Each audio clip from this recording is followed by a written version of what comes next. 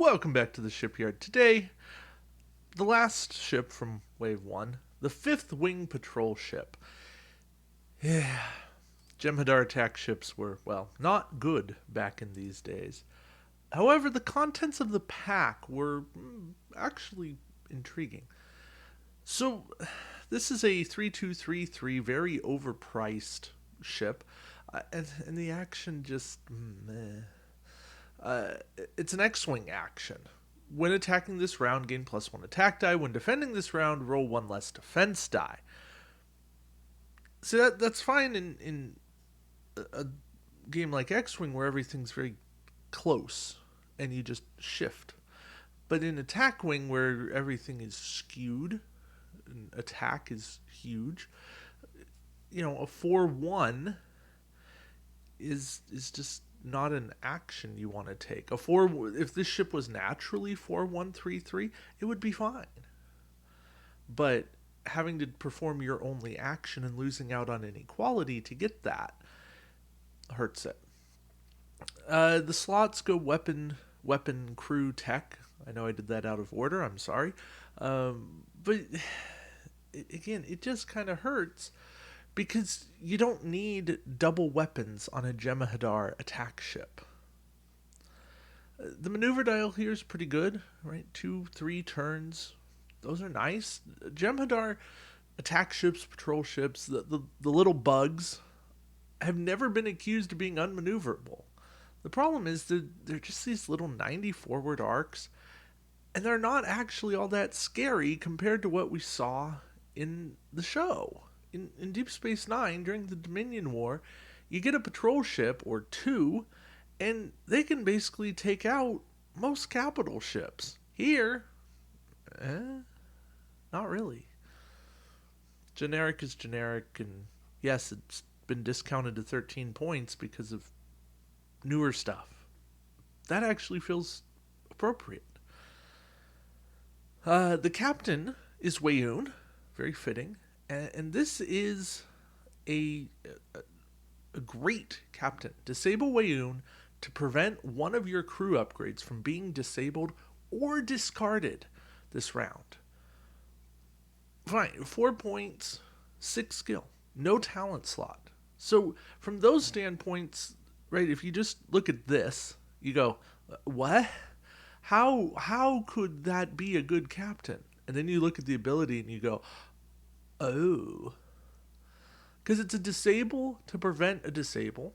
Fine, equal footing. Or it's a disable to prevent a discard.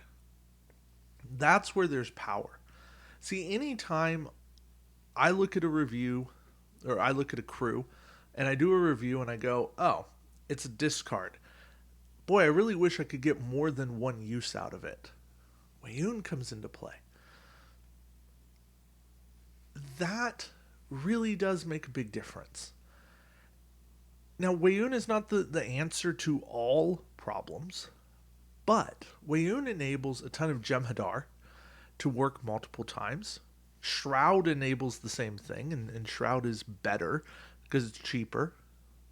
But Shroud's also a discard. Weyoun can keep on going. Yes, you'll spend your action to re-enable Weyoun. Yes, Weyoun will be disabled, and then you will have a lower captain skill, so there is a massive trade-off. But there was a glory day where Weyoun was, if not the best captain, one of the best three. It was Picard 9, Weyoun, and Gen Con. And even then, Gen Con was not all that he was because we didn't have admirals, you needed an ability on your captain, not just skill. So, I guess Martok 8 was up there too. Maybe that was the Mount Rushmore of attack wing captains. And then Gul Dukat came in. Anywho, Luaren is the other captain. And she pays for herself. So she basically gives you skill 3 for free, which isn't bad. It's not good, but it's not bad. I think I've run her in an OP event before because I wanted not skill 1, and I was running a Dominion upgrade. I think a Dominion, a Gem Hadar crew, and I'm like, okay, why not? But for the most part, you want a better captain. I don't mind that something like this exists, uh, but typically I want something to come out of my captain rather than just, oh, I got a little discount. Photon torpedoes are bad, and we'll move on. Phased polaron beam.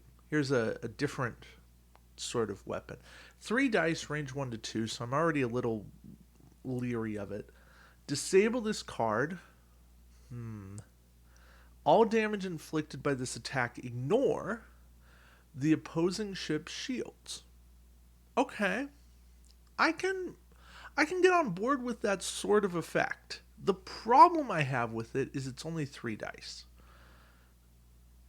If this was a little more dice, or if nothing else, a cheaper weapon, because, or if my attack fighters had rear arcs, then it would be something. Problem is, I'm spending the same amount of points, or sorry, I'm getting the same number of dice, spending 5 points just to bypass shields. And those 5 points I can spend elsewhere to get more dice, quality. And yeah, sure, I've got to go through shields, but in doing so, I will inflict other effects. And I just, unless I'm trying to shoot at, say, like a Borg Scout Cube, phased polaron beam is not the best way to kill a ship. Alright, suicide attack. This is a 5-point card that I actually have used. Action: at the end of the activation phase, you must make a 1 straight maneuver and place an Ox power token beside your ship. So you declare the action, everybody else finishes moving, and then you make your 1 straight. If your ship overlaps an enemy ship, destroy your ship and roll 8 attack dice to damage the enemy ship. That ship rolls defense dice against this attack. The upgrade may only be purchased for a Gem Hadar ship. So this oozes thematicism. This is like, okay. And it's like, yeah. It's tough to pull off. Now, worst case is you declare this as an action and you do a delayed 1 straight. Because if you don't hit anything, then nothing bad happens. Your ship doesn't blow up. But I like that you get to roll a whole bunch of dice, way more than you ever would have as a primary attack. Now, they do get defense dice, but for the most part, they're going to take damage. And it's limited, but it's not that limited. So, there's some play here.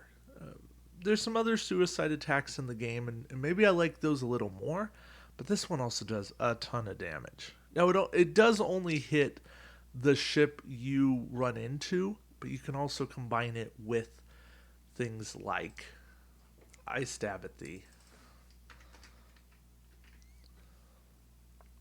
So when your ship is destroyed, you roll 3 attack dice and do all that damage to all ships within range 1, and those ships do not roll defense dice. You can add in Tasha Yar. If your ship was just destroyed, discard this card, target an enemy ship within range 1 to 3, immediately make a free attack against that ship with 4 dice. Right? You've got potential. And that potential really does make a difference. Those are classic combos, but they're intriguing. All right, our tech here is a long-range tachyon scan. When attacking a ship at range 3, you can spend a scan token to force that ship to roll 2 less defense dice this round. I don't like this. It essentially just doubles the effect of a scan token, but only at range 3, which means it's so conditional and you have to have already done your scan. You're going to be moving before your opponent typically, because Dominion don't have the highest captain skills. It's just way too conditional of an effect for me, and I don't buy spending my tech slot or 2 points on a card like this. All right, the Jem'Hadar crew, and my apologies for pronunciations right now. So, Omet Iklan. Whenever you attack with your primary weapon, you may convert a blank result into a hit result. This upgrade may only be purchased for a Jem'Hadar ship. So this is a nice card, but it's a pricey card. There was a time it was good, right? Because you put this on one of the bigger Jem'Hadar ships, the battle cruiser, the battleship, and because you're attacking with like 4, 5, 6 dice, you actually do warrant the expense here of a 5-point upgrade. However, you should never put this on a Jem'Hadar attack ship, because 3 dice, your odds of rolling a blank aren't that good, so you won't even use this every turn. But more so, once you start studying the dice probability, you're better off running Gul Dukat as a captain and then taking target lock battle stations every round and just re-rolling your blanks. And that's a cheaper method of doing this. And if you really want to run Gul Dukat Bohica, it's just a more efficient combo than running Omet Iklan. All right, Virak Kara, another 5-point crew. Action, target a ship at range 1, disable this card and a crew upgrade of your choice on the target ship, even through cloak or active shield, so that's nice. You may then use that upgrade's action, if any, as a free action this round. So this is kind of nice, but it's so limited, because it's range 1, and then it costs you a disable, and it only disables the other crew. Now, you do get a free action out of it, so that's something. But again, it's that range 1 trade-off. And a lot of times, range 1 is just tough to pull off. Now, if you are moving early, you can do it. But then if you're moving early, can you really make use of anything that you would disable? And I don't know. I don't think you truly can. There are a few crew, but again, it's so dependent upon what your opponent runs. And the last crew, the last card in this pack is Thorman Rocks. Action, target a ship at range 1. There's our range 1 problem again. Discard this card and a crew upgrade of your choice on the target ship. So that's something. You get to discard, force a discard, but it's a trade-off, and you're spending the action. And it's only at range 1.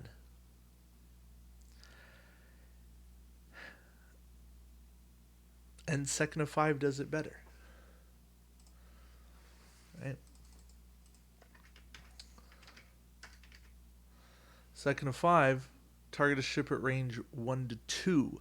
Discard this card and one upgrade of your choice on a target ship. Works through shields, works through cloak. Costs you 3 points, 4 points off faction. Doesn't have the same restrictions. Thorman Rocks only works on a Jem'Hadar ship. Second of 5 came out later and just works better. So I just can't recommend Thorman Rocks, because Thorman Rocks is so limited. Range 1 only works on crew, and can only go on a Jem'Hadar ship. That's just what's going on. So yeah, that's the pack. I like the first part of the pack. Suicide Attack is interesting, and Weyoun is a definite must. The ship, hit and miss. So It's a pack to pick up if you can for Wayoon, really. But maybe what you can do is find somebody who already owns the pack or owns duplicates of the pack, and because they can only ever run one Wayoon, they can give you a second copy of it. That sort of thing. All right. Well, that's it for me. Thank you all for watching, and until next time, we'll see you around the shipyard. Take care, guys.